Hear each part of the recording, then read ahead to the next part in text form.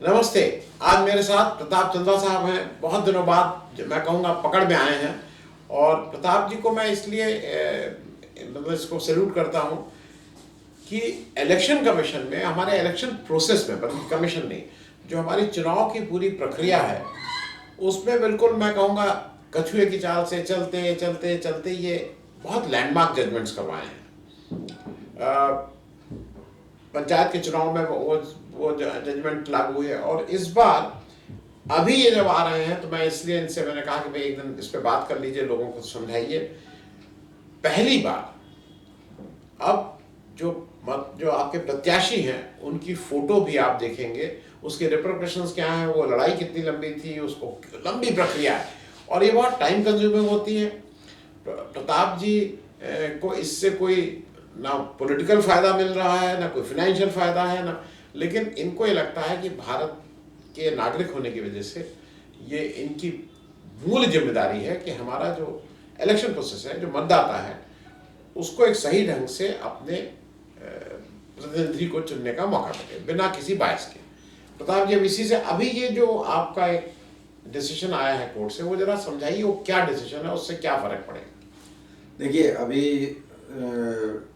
16 तारीख को election commission of India का रिप्रेजेंटेशन देना था हम लोगों को, क्योंकि इस पे 27 मार्च को दिल्ली हाई कोर्ट ने जजमेंट दिया था और इलेक्शन कमीशन ऑफ इंडिया को कहा था कि 6 महीने के अंदर इसको डिसाइड करिए रिप्रेजेंटेशन को लेकर के और डिस्कस करके। रिप्रेजेंटेशन क्या था, पहले यही बताइए। रिप्रेजेंटेशन ये है कि जो प्रत्याशियों की फ़ोटो लगती है ईवीएम पे, पहले तो लगती नहीं थी, फ़ोटो हम लोगों ने लगवाया, फिर फ़ोटो जब लग गई तो वो ब्लैक एंड वाइट छपती है, तो वो कोई मतलब नहीं था कि ब्लैक एंड वाइट में कोई पहचान पाए। तो अब उसको कलर कराने की प्रक्रिया थी, ये बड़ी लंबी प्रक्रिया थी। 2019 में हमने मुकदमा फिर दायर किया, जब नहीं सुनवाई हुई तो 2019 में दिल्ली हाई कोर्ट में मुकदमा दायर किया और इलेक्शन कमीशन अपना चाइल्डिश सा रिप्रेजेंटेशन देता रहा कि जिसको रतौंधी होगी वो कलर में कैसे देखेगा, और कलर तो बहुत अच्छा होता है, ब्लैक एंड वाइट ज़्यादा अच्छा है, कलर में लोगों को दिक्कत आ सकती है, हमारे पास इंफ्रास्ट्रक्चर नहीं है, फिजिबल नहीं है, हमारे सीईओज़ ने कहा है कि फिजिबिलिटी नहीं होगी। तमाम 6 साल तक यही करता रहा। अल्टीमेटली 27 मार्च को दिल्ली हाई कोर्ट ने ऑर्डर किया कि नहीं, आपको कलर करना होगा। तो उसके बाद फिर ये प्रक्रिया चली चुनाव आयोग में, तो चुनाव आयोग में 3 हियरिंग हुई।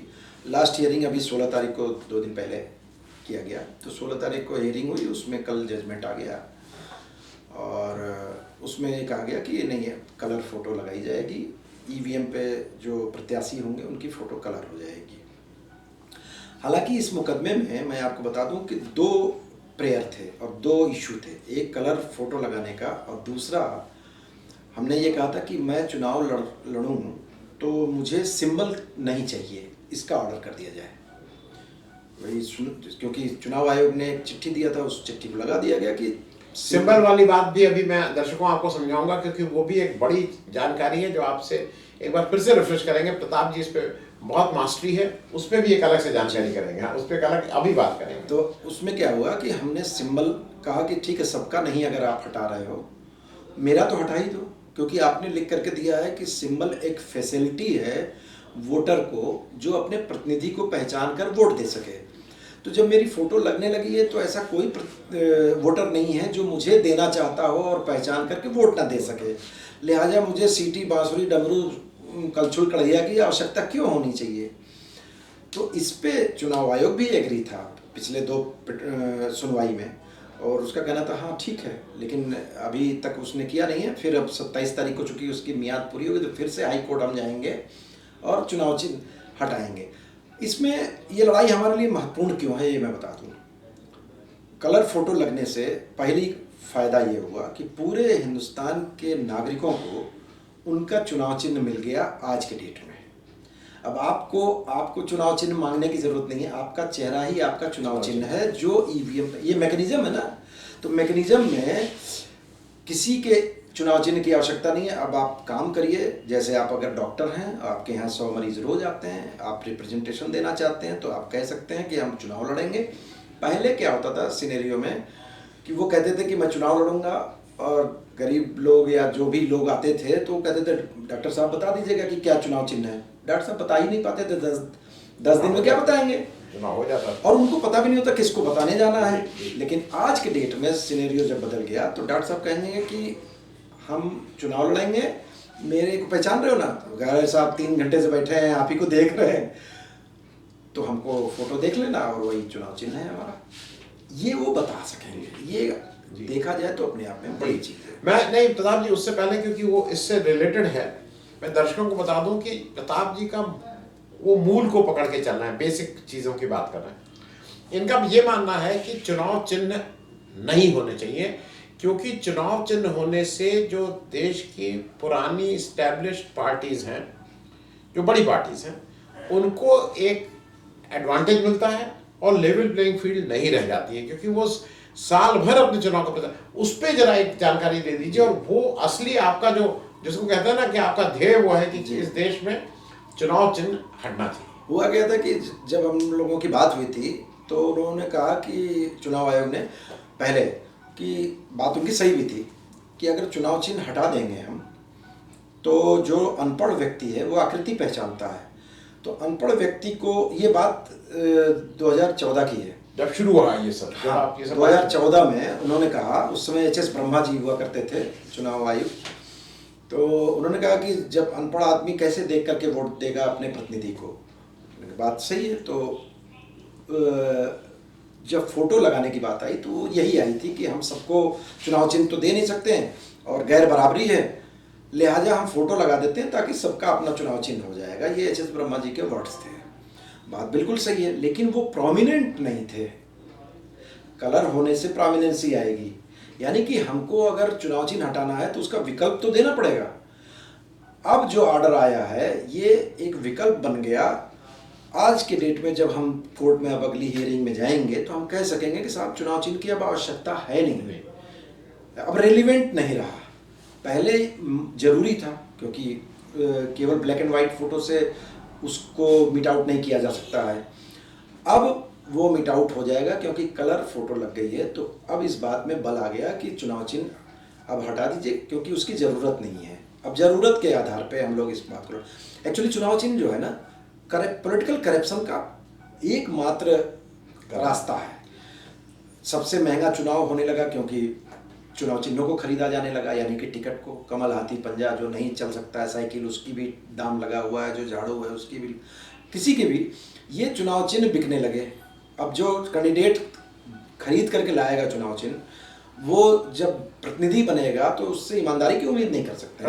करप्शन की जड़ है। तो बस चूंकि लोकतंत्र की पहली सीढ़ी चुनाव है, तो चुनाव दूषित अगर हो गया तो पूरा लोकतंत्र दूषित हो जाएगा। ऐसी मेरी परिकल्पना है। मैं इस बात को एक और मैं इसलिए कह दूं क्योंकि ये सारे छोटे छोटे हैं और शायद प्रताप जी उसकी मूल भावना को कि एक आम आदमी तक कैसे चुनाव वो लड़ भी कैसे सके।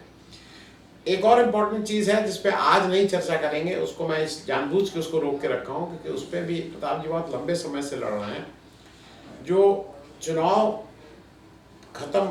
की प्रक्रिया, अगर आपको याद हो कि परसों चुनाव होना है तो चुनाव के ख़त्म होने से 48 घंटा पहले चुनाव प्रचार बंद हो जाता है। लेकिन हमने बहुत कॉमन देखा है कि कोई नेता जो हैं, जो बड़े नेता हैं सरकार में, वो बगल की कंस्टिट्यूंसी में जाके प्रचार करने लगते हैं।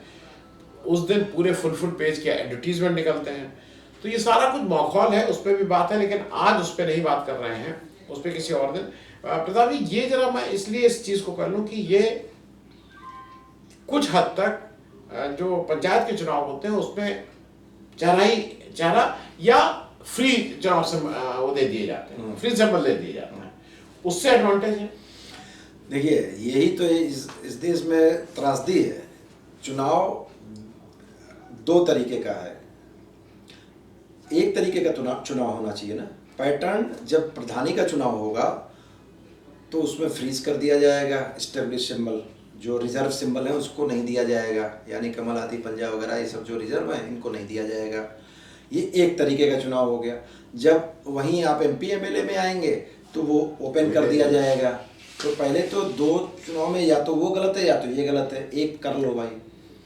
दूसरा, ये सबसे ज़्यादा महत्वपूर्ण होगा पंचायत चुनाव में कि लोग बाध्य होंगे। एक्चुअली फोटो लगना बड़ी बात नहीं है, फोटो लगने के पीछे रीजन ये है कि आप प्रतिनिधि चुनते हो ना।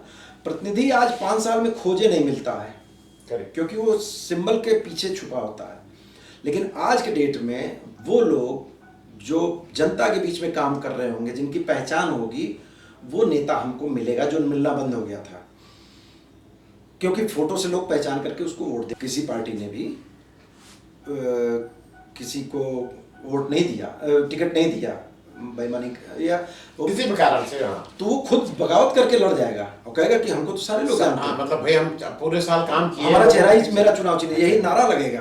तो भाई भतीजावाद भी खत्म होगा जी। और जो थैली लेके जो आजकल ठेकेदार लोग हर जगह आके चुनाव लड़ने लगे वो भी खत्म होगा। बहुत बड़ी पहल है और मुझे ये लगता है कि इसको, प्रताप जी आपको एक चीज नहीं लगी कि आप एक ऐसा काम कर रहे हैं जिसमें सारी पॉलिटिकल पार्टीज आपके अगेंस्ट हैं? हाँ। क्योंकि ये उन सबका जो मूल है, क्योंकि उसमें एक बड़ी बात ये भी आती है, सारी पॉलिटिकल पार्टीज लोकतंत्र की बात करती हैं, इंटरनल लोकतंत्र कहीं नहीं है।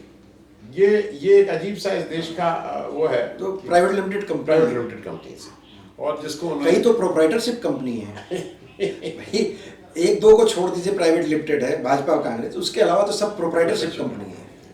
तो एक आप बड़ा काम कर रहे हैं भाई, मेरी तो यही हरदम शुभकामनाएं रहेंगी कि आप सफल हों, क्योंकि इस देश का चुनाव आम आदमी उससे बहुत दूर होता जा रहा है। बाकी जो समस्याएं, अभी चुनाव सुधार में ही अभी 26 तारीख को एक लैंडमार्क जजमेंट आने वाला है दिल्ली हाई कोर्ट का, 3 बजे का टाइम फिक्स है। मुझे लगता है कि वो एक बड़ा काम होगा। जो 48 घंटे पहले फुल पेज का विज्ञापन देते थे वो बंद हो जाएगा और बहुत सारी उसमें चेंजेज आ जाएंगी। 26 तारीख को शायद आ जाएगा जी, क्योंकि सारा कुछ यही है कि इस देश में जब तक आम आदमी इस लायक ना हो जाए कि वो भी चुनाव की प्रक्रिया में आ जाए, नहीं तो इस देश के 99.99% लोग चुनाव प्रक्रिया में केवल वोट देने का काम कर सकते हैं, वो खुद कैंडिडेट नहीं बन सकते हैं आज की जो व्यवस्था है। प्रताप जी, बातचीत करने के लिए बहुत बहुत धन्यवाद। Thank you so much.